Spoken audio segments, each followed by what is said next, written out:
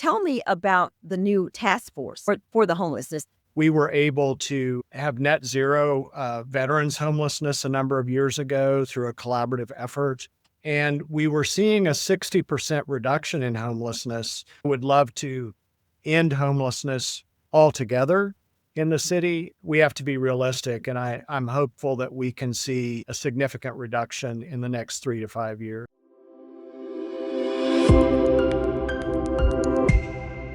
Hello, and welcome back to Civic Pulse, Politics and Everyday Life, the podcast where we dig into how politics truly shape the lives of people right here in Roanoke and the surrounding community. And I am your host, and today we are honored to welcome a very special guest, Mayor Joe Cobb, who's dealt with housing reform, public safety, homelessness. So Mayor Cobb has been at the forefront of Roanoke's civic transformation, and I'm just glad that he's here today to share with us some of the wonderful things that are happening now that he is our new mayor. 6 months in, you're still new. That's Mayor right. Cobb, would you take a second to just say hello to our listeners and our viewers and just kind of introduce yourself?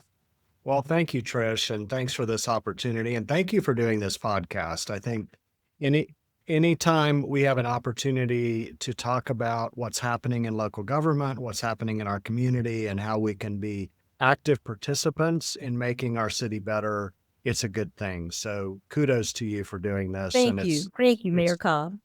It's great to be here. I grew up in Kansas. I moved to Roanoke in 2001, so I've been here almost 25 years.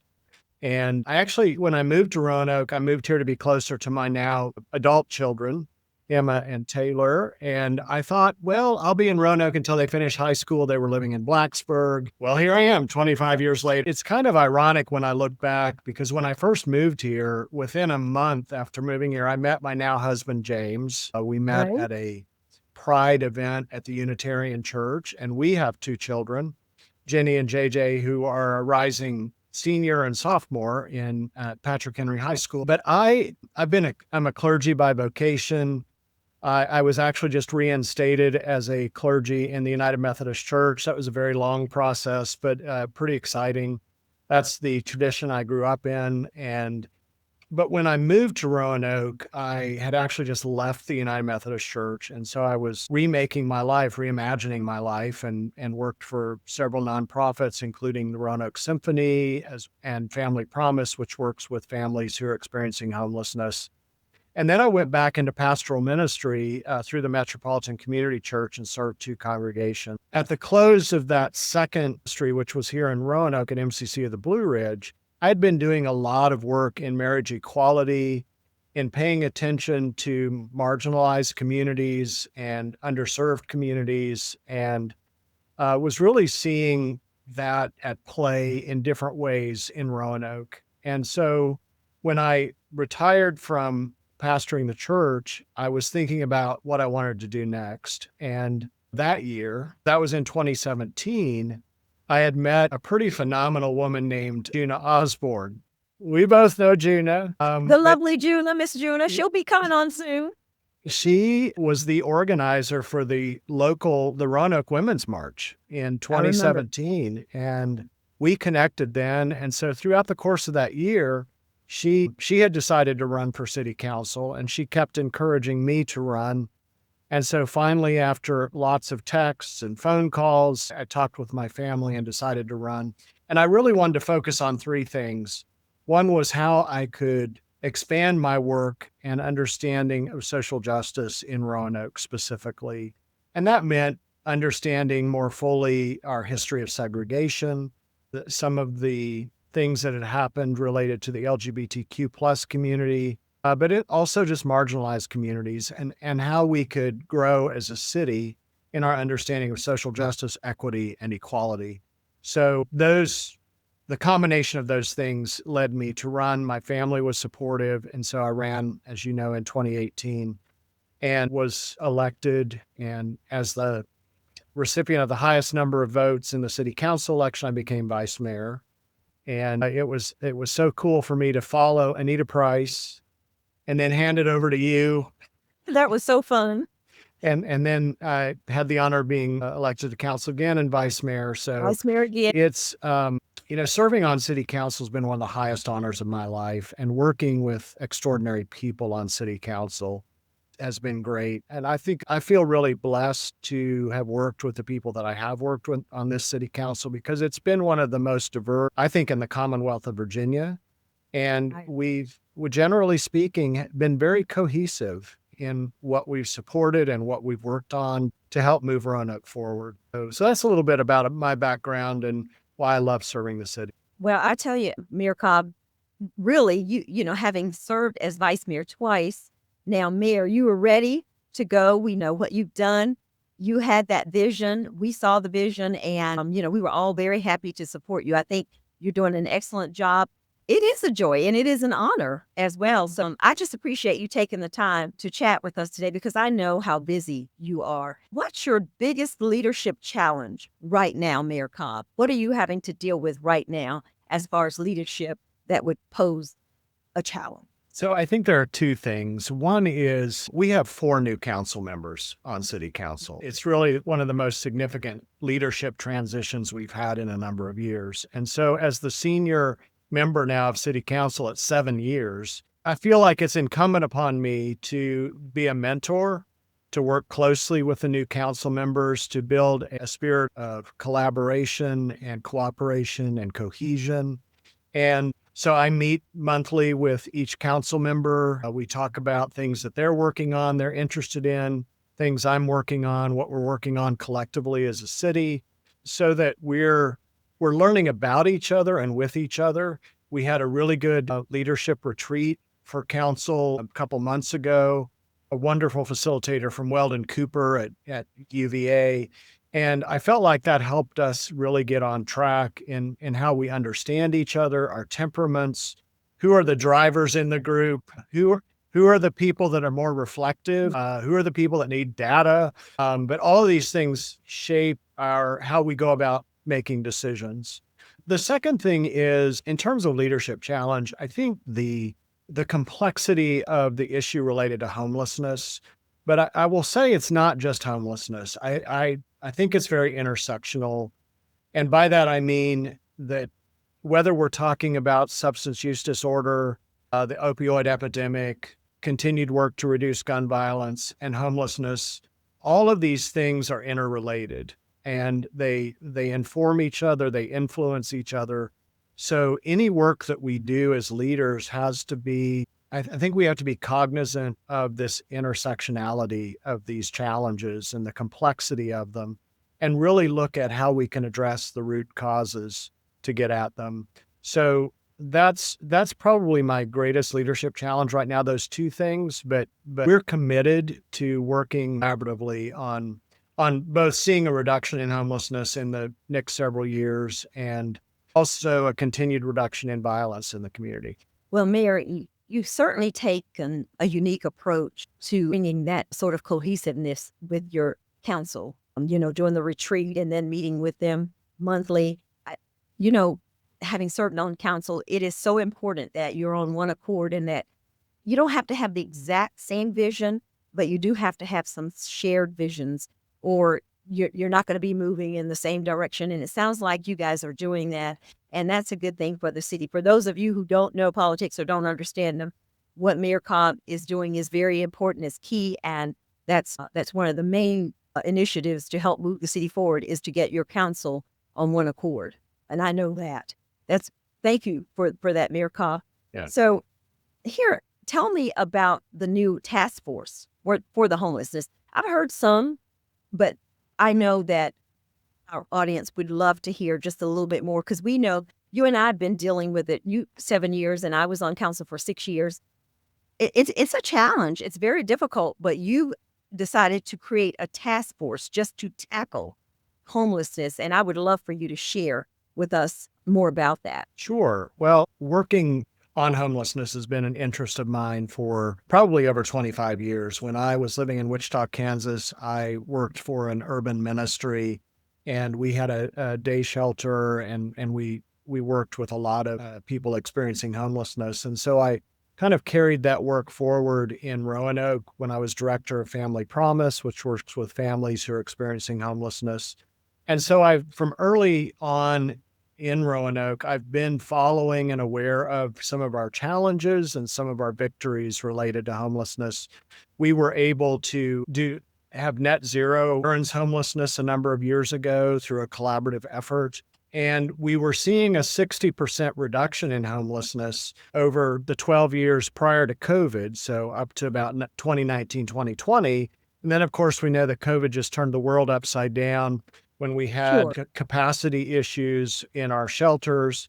And then we're discovering that we had a housing deficit. All of these things just kind of converged.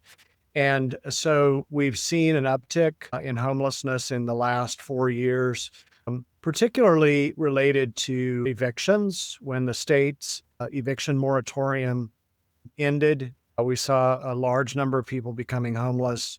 With the cost of living and the cost of housing going up and our housing deficit, we don't have enough affordable housing. And so, as you know, Trish, we've been working through zoning amendments and other ways to increase a range of housing affordability.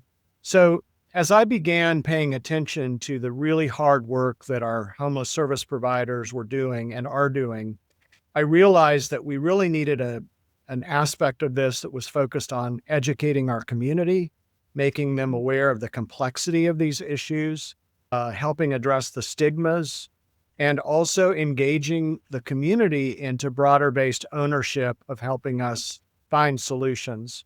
So I brought forward a city council member initiative working with the city manager and city council, and we decided to create the Mayor's Hope and Home Task Force. The task force will be launched on August 4th, and more details about that. And we'll be meeting over the next year to 18 months. We'll be very active during that time to do a discovery phase, to design very action-oriented, outcomes-based recommendations that we can track and monitor, and then create a pathway to success. That, as much as I think I would love to end homelessness altogether in the city, we have to be realistic. And I'm hopeful that we can see a significant reduction in the next 3 to 5 years.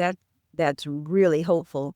Mayor, let me just ask you this. So will you be selecting the members of this task force just the way you would any other board or commission? You would pull members from the community or surrounding area or different agencies or whatever. How are you guys So, planning to do that? yeah, so the city manager and I initially identified sectors. We wanted to make sure that we weren't social service heavy, because we need some of that. We need behavioral health specialists. We need mental health specialists. But we really wanted to draw from the business community and residents of the city that bring different expertise areas, builders, contractors, housing advocates. So we're really focusing on a broad-based community approach. And then city council looked at the list of recommended names and offered their own suggestions. So the nice thing about this is, while the task force will be 20 people, we're going to have subcommittees, subgroups that will be involved. And so anyone who wants to be involved in this work is going to have an opportunity to be involved. So this is a great way to say, if people want to be a part of a solution, they're going to be able to be part of a solution in one facet or another. Well, I think that's very promising, Mayor Cobb, because I know a lot of people have recommendations, ideas, complaints, concerns. So they will have an opportunity to actually weigh in constructively. I think it's a great idea. I was very pleased when I heard that coming out of a council meeting that you're going to do this task force. Anything else you want to add on your homeless task force? Well, I think you've said it so clearly and beautifully and directly that there's a complexity to this. So we've got to look at permanent supportive housing for people who have behavioral health issues, mental health challenges. We have to consider people who don't want to be housed. How do we work with them? We have to consider, this whole spectrum of substance use disorder, alcoholism, and people who come here to Roanoke for treatment and are part of treatment programs, but then the treatment program doesn't have what I would call an effective discharge plan. And they just send them back out in the community, and person may find themselves homeless again. So we're looking at ways to address that and make sure that the programs that are successful regarding recovery and recovery housing, that we're amplifying their work, making sure that people who are able to be housed can stay housed and have the wraparound support that they need. Well, having the task force and the subcommittees with I mean, it's so complex. Like you said, you're going to have subcommittees to tackle this huge problem. But I'm looking forward to the outcome. I know we all are. I know, every city deals with it. We're not unique. Roanoke is Yeah, not unique. I mean, you that's name a very city, true. Chicago, Lynchburg, Martinsville, you name a city, and they're all dealing with homelessness. So I appreciate you, Mayor Cobb. Let's see what we got here next, Mayor. Let's see. Oh, this is very interesting. Roanoke has been the center of the zoning. Uh, you and I worked together on that, and we made some huge strides.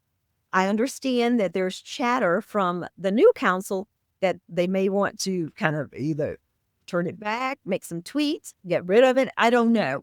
Can you squash those rumors right here and now, whatever it is? Tell us what's going on with that zoning reform, Mayor. Yeah. So as you know, Trish, when I ran last year, I was the only candidate and Yes, you sitting were. council member who actively supported the zoning amendments that we made, and I stand by those. Good. What I have recognized, and I think what we're working toward, is I've always been open to evaluating these changes and their effectiveness. We just got a report recently that as a result of these zoning amendments, I think we've seen maybe 30 to 35 new units come online, which was what was predicted. So that's right on track. Issues with those units or any complaints or anything? No, You no, aware? and it's because of the greater flexibility that we created. There's been some pushback related to some older properties that were recently demolished to make room for multifamily units. But I think all of that was done very responsibly and carefully. The bottom line is we have a housing deficit of 4,000 units. And because we don't have enough inventory, housing inventory, we've seen real estate valuations continue to go up. And though the Sure. tax rate hasn't changed in a long time, because those valuations have gone up, taxes have gone up. So until we can increase inventory, we won't see a reduction or a stabilization of those both valuations and the taxes that people are Tax. paying. So I think what we're doing now is we're asking staff to come back to us with recommendations that they have after they've been looking at this for the last year to see if there are any tweaks we can make in whether it has to do with public notification or the public notice process, people feeling like they have a voice in changes that are being made in their neighborhoods. I feel like we have all of the guardrails up that we need. I think, what this boils down to in part for me is that a lot of people understand that we need more housing and we need more affordable housing. I think there's a misnomer that affordable housing is just for people with low income or who are currently homelessness. Affordable housing is a range, and we need it across the board. So we're going to make sure of that any changes that are made are done in a meaningful and appropriate way. Let me ask you this question. I know we talk about boards and commissions and things like that, but is there anything else that just a regular citizen in the city of Roanoke could do that could help you guys on council help shape the future of the city? I think one of the simplest things to do is just stay engaged with what's happening locally, whether that's watching city council meetings. We just made a decision actually to shift from Facebook live streaming our meetings over to YouTube. That will be effective the first meeting in August. We're seeing an increase in people watching the meetings, which is great because even though a lot of the decisions and actions we take may not seem to have an impact locally, it all does because in some ways we're receiving federal and state dollars into the city to activate for programs that benefit local citizens. Often we're making policies that affect our life together here. So attending meetings, paying attention to meetings, getting involved in your neighborhood, That's supporting local nonprofit organizations that are doing important work throughout our city. I think, we've seen so many people frustrated by what's happening federally that they're showing up at protests. And I love the movements that are emerging out of those that aren't just about protesting, but they're about generating good and delivering that good into the community. And it's helping people know in a more holistic way what we're actually doing as a city to make sure that we're delivering essential services to our citizens. So I think everybody, one of the things always suggest is pick one thing that you'd like to do to make our city better and do it the best that you can. right. Yeah, it makes perfect sense. And I'm so glad that you said, watching the council meeting, because then you have a better understanding of what's actually being done instead of a lot of that hearsay. I think we get in a lot of trouble with the hearsay, but if you listen to the council meeting, you will know exactly what's going on and you'll be able to share that information with your friends and neighbors and family members. So I know that that's very helpful. And I did see where you all were changing platforms, which makes a lot of sense because you could go back and watch them if you haven't seen them. You might have been able to do that on Facebook. I can't remember, but I know you will be able to do that on YouTube. Yeah. So So the nice thing with YouTube is that we will be able to archive these for a longer period of time on YouTube, and you'll be able to access them not only on the city's YouTube page, but also RBTV, which is our local television service. They will also archive them on their YouTube channel. So it's going to make it a lot more accessible for more people. And you're going to have a new look. I understand the chambers will be all done. I know, a week or so, a couple of weeks, I'm sure. Yeah, they've already started. Today, they pulled out the old chairs, which I don't know how long those chairs have been there. I saw them this morning. That's the reason I said that. Yeah. And they're painting. They're putting a new, fresher color of paint. They're going to put new carpeting in. The new seating is actually going to have an aisle down the center, which will make it a lot easier for people to get in and out. We'll have more space for people with mobility devices to get in and out of the chamber. So all of that we think is going to be really beneficial to the public. Yeah, I think it's going to look really nice. Well, Mayor, we're just zooming right along here. I just have a couple more questions. What can we do as a city to attract and retain a lot more residents and those younger residents in particular? I know that's an age-old question, but I still wanted to ask. It's an age-old question, but it's an important one because we're seeing a lot of growth in our demographics. Our population growth is predominantly senior citizens who are retiring here. Yeah. But we're starting to see some growth related to young professionals. And I think it's for a couple of reasons. With the growth of our healthcare industry and research institute, we're seeing more higher wage paying jobs coming into the area, which we need because we need that average median income to go up. When that average median income goes up, retailers, nationally known retailers, statewide retailers, they look at that AMI because if there's a retail base that they can locate a store in, that adds diversity to retail experiences and to entertainment experiences here. So I think that young professionals are looking for good work that's probably meets with their passion, what they're really passionate about, what they excel in, what they're experienced in. They're looking for higher paying jobs. They're looking for hybrid work. So it might be some office, it might be some remote. And we have a lot of people here moving to just do completely remote work because they can live here locally. The cost of living is still very affordable and they can do work that has a global impact. But I would also say that adding more entertainment amenities is really important in the city. People are looking for fun things to do. I think as the world gets a little more chaotic and troubling, people are looking for ways to relax, to connect, to belong.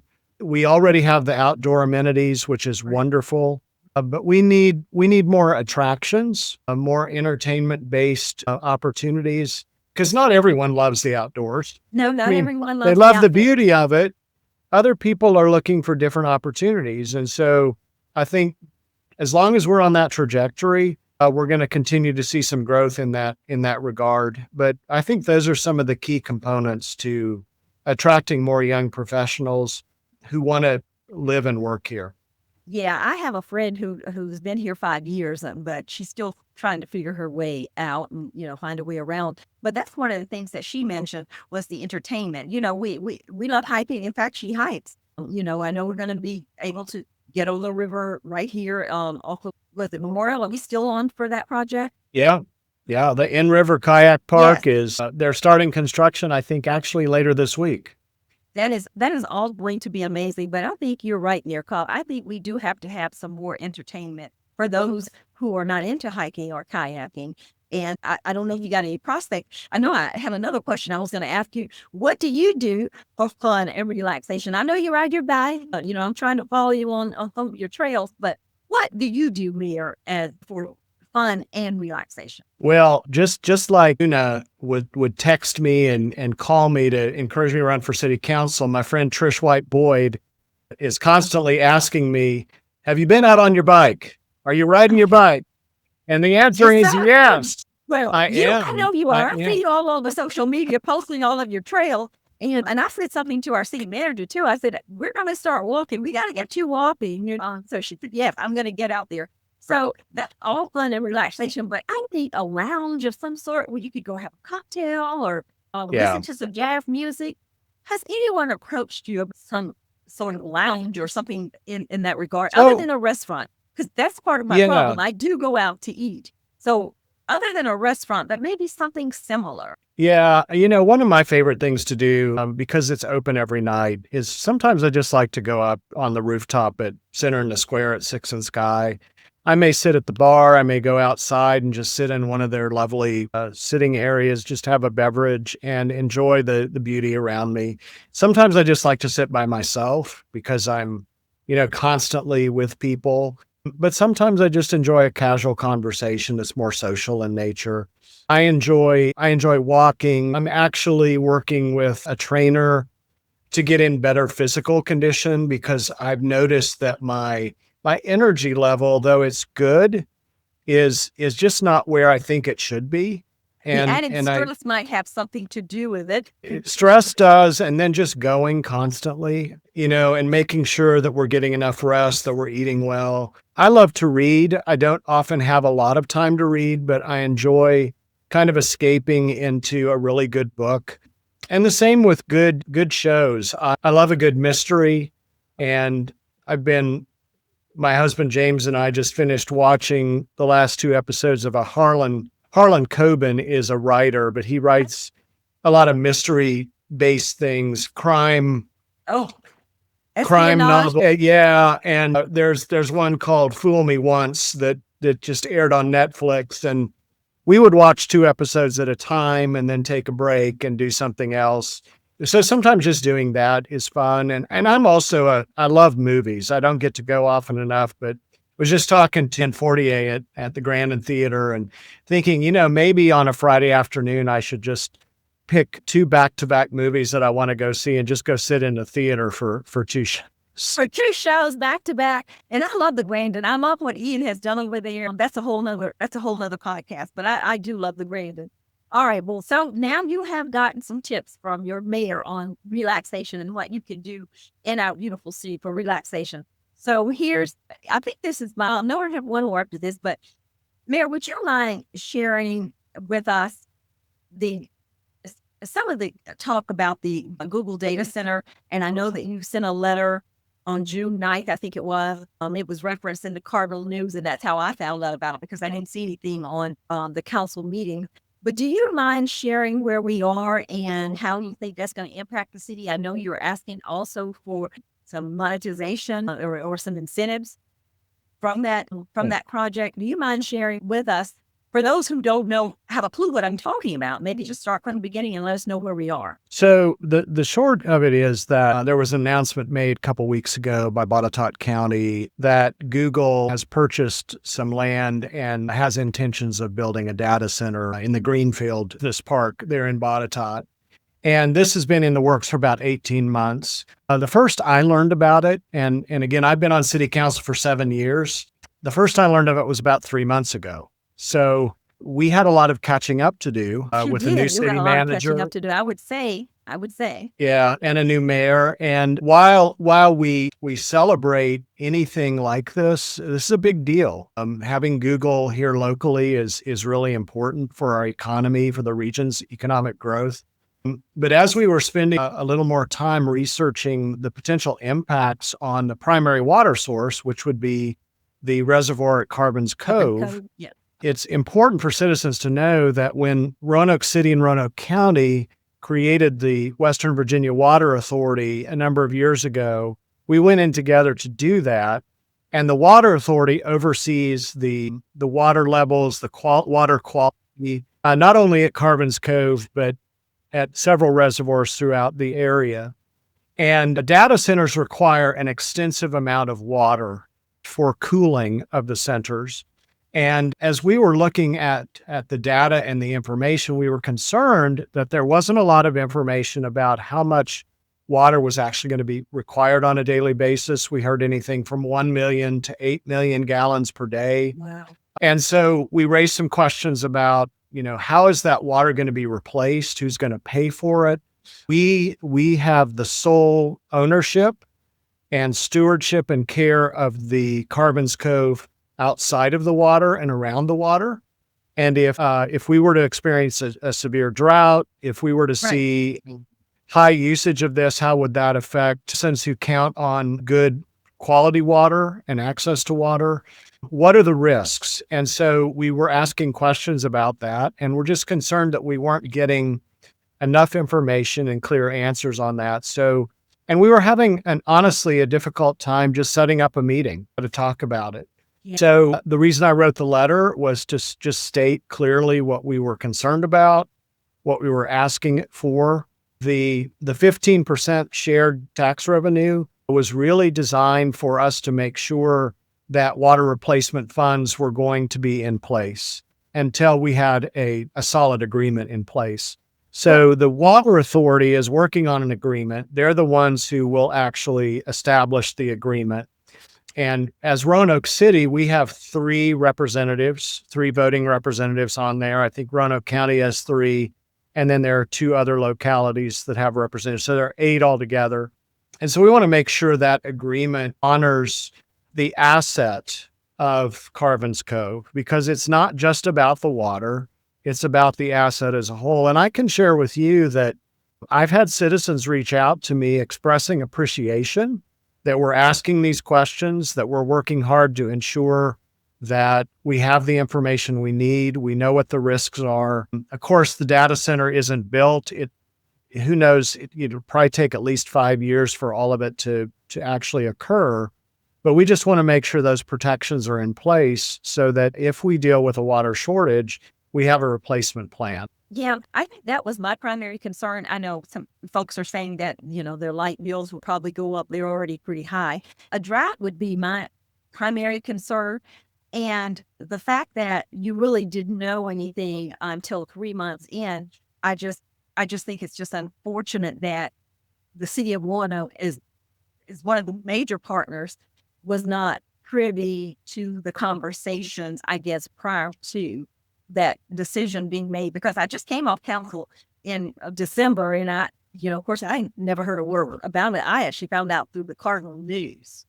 And yeah, and so that was I part think of that my part was pretty unfortunate. and I've heard that, and I think I stated it in the Cardinal News article that I understand if there was an NDA and you couldn't talk about it, that's fine. Sure. But we also had a lot of transition. I mean, our previous city manager left and died, and we had a transition period. And so to me, if I'm the lead organizing body on this effort, I'm going to make sure that I'm over communicating with especially with local governments or partner organizations that are having some transition, to make sure I have a new point person, to make sure the leadership is informed and not just rely on that information being passed along, because we all know in transitions, information doesn't always get passed along like it should.